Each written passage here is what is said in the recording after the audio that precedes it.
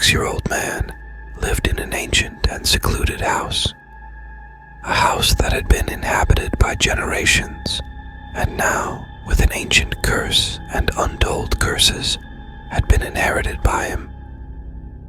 Every day with the sunrise, shadows appeared in the corners of the house, strange creatures that only Allie could see. These beings, sometimes calm and silent, and sometimes with anger and screams, roamed the rooms. Allie's work, once a successful and energetic man, did not go well because of this curse.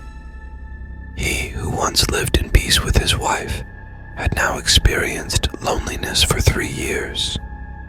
His wife, who had a happy and lively spirit, disappeared mysteriously and never returned. One day, Allie went to the market to buy meat and other foodstuffs. On the way, he encountered a mystical man, a man with a deep look and knowledge that poured from his eyes. He was a master of the occult sciences and seemed to be aware of the presence of the curse in Ali's house. The mystical man, with a mysterious smile, approached Ali and said, "I saw you in a dream, a man grappling with an ancient curse. But fear not, there is a way to liberation." Ali, with newfound hope in his heart, listened intently to the man's words.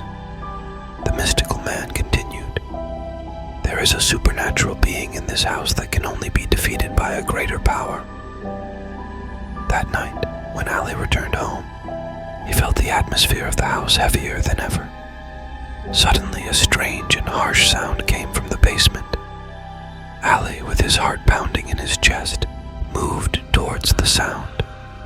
In the basement, he saw a creature like he had never seen before, a being with red eyes and sharp teeth that glinted in the darkness. Ali, rooted in fear, did not know what to do. Days passed, and Ali woke up every night with nightmares of the subterranean creature. He knew he had to do something. Remembering the words of the mystical man, he decided to search for a greater power. But where was this power, and how could he find it? After much searching, Ali finally found the house of the master of occult sciences. A house with an ancient facade and heavy doors, hidden in the narrow alleys of the city. With determined steps and a heart full of hope, he entered and shared his decision with the master.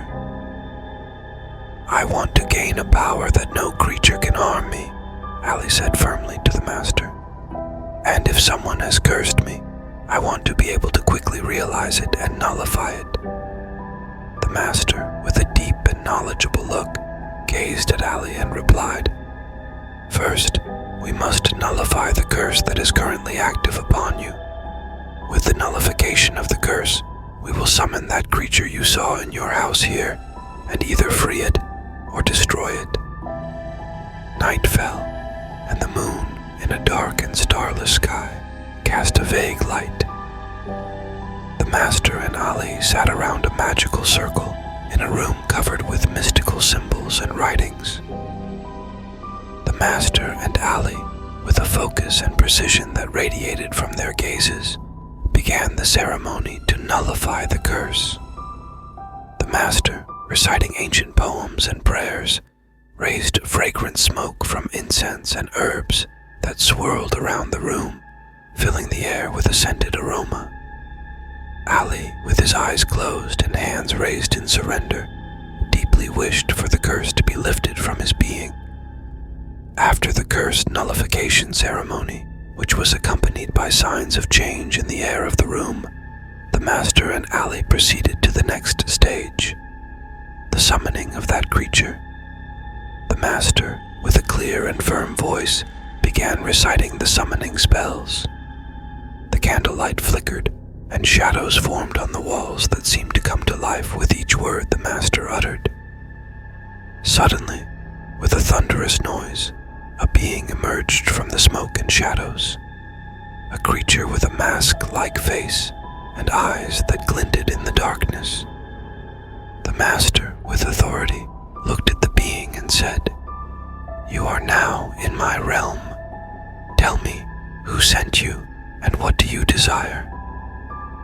The creature, with a voice that seemed to come from the depths of the earth, replied, "I have been bound to this house by an ancient curse. I seek my freedom." The creature and the master spoke in a language that only they understood. The master, with a calm yet firm voice, told the creature, "You should no longer remain in this world. The time has come for you to return to your rightful place." The creature, now staring intently at the master, nodded slowly. The master, with precise and rhythmic movements, began another ceremony. He drew a new circle on the ground and placed symbols loaded with deep and ancient meanings within it. With each movement of the master's hand, light emanated from the circle, enveloping the room.